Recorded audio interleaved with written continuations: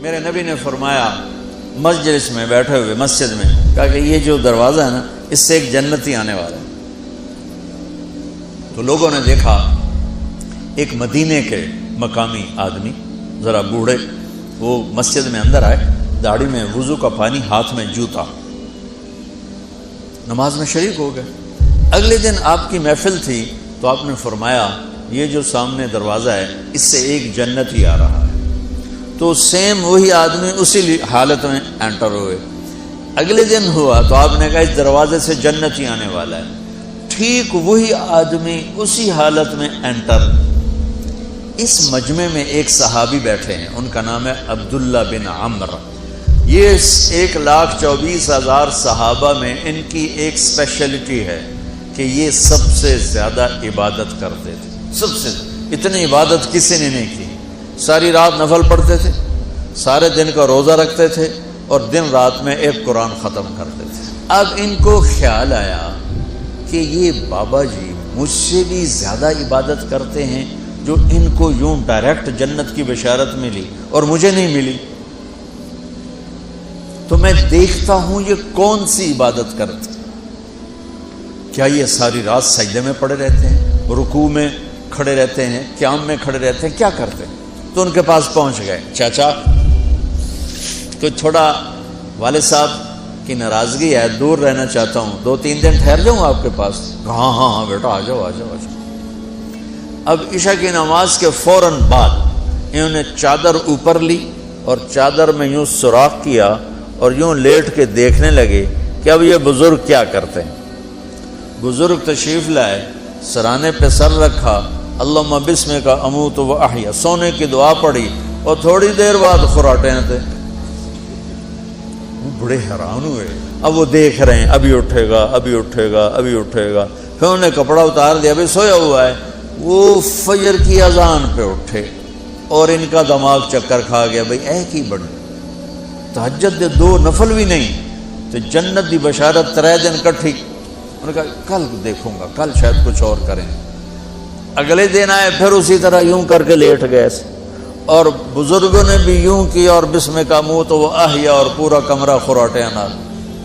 وہ پھر پریشان، یہ کب اٹھے گا کب اٹھے گا؟ فجر کی اذان پہ اٹھے تو اور ان کی حیرت بڑھ گئی، کہنے والا سچا، اس کے بات کو تو چیلنج ہو نہیں سکتا، وہ محمد مصطفیٰ ہیں، لیکن یہ چکر کیا ہے، یہ جنت مل کیسے رہی ہے؟ چلو ایک رات اور صحیح۔ تیسری رات آئے، یہ یوں لیٹے وہ یوں لیٹے، یہ دیکھتے رہے وہ سوتے رہے، حتیٰ کہ فجر کی اذان پہ آنکھ کھلی تو یہ نا پھٹ پڑے، کہنے لگے چاچا بات بتاؤں؟ کہنے کیا؟ کہ میری کوئی جھگڑا نہیں تھا ابا سے، میں نے 3 دن مسلسل تیرے بارے میں سنا جنتی آ رہا، 3 دن تجھے اللہ کے نبی نے بشارت دی جنتی ہے جنتی ہے جنتی ہے، لیکن میں اس بات پہ حیران ہوں تو ساری رات سوتا رہتا۔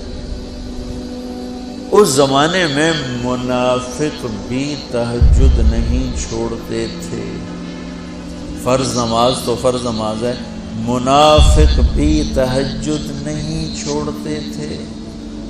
تو کہنے لگے کیا کرتے ہو؟ ساری رات تو سوتے گزار دیتے، کیا کرتے ہو؟ کہنے لگے بھتیجے جو تو نے دیکھا ہے یہی کرتا ہوں۔ اب یہ پریشان ہے کہ اللہ کے نبی کی بات کو تو چیلنج ہو نہیں سکتا، اور جس کو بشارت دی ہے انہوں تے فٹ نظر نہیں آ رہی کہ کیسے 2 نفل آج کہ نیک لوگ تہجد نہیں چھوڑتے۔ تو کہنے لگے اچھا چلو اللہ نے ایسا ہی، اللہ کی مرضی، اللہ کے نبی کی مرضی۔ یہ 4 قدم چلے تو آپ سننا، کہا بھتیجے ادھر آؤ، کہا بیٹا ادھر آؤ، آ گئے۔ کہنے لگے اب تمہیں اصلی بات بتاؤں، اب تمہیں اندر کی بات بتاؤں؟ انہوں نے کہا کیا ہے کیا ہے؟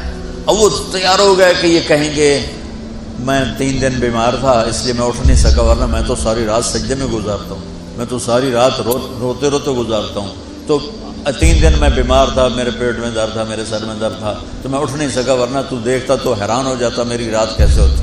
کہتا ہاں جی جی جی، تو کہنے لگے مجھے دیکھو، یہاں ہاتھ رکھا، کہ یہ جو دل ہے نا، دل، اس میں دنیا کے کسی انسان کی نفرت نہیں ہے۔ اور جب اللہ کسی کو کوئی رزق دیتا ہے تو مجھے کبھی حسد نہیں ہوا، مجھے خوشی ہوتی ہے۔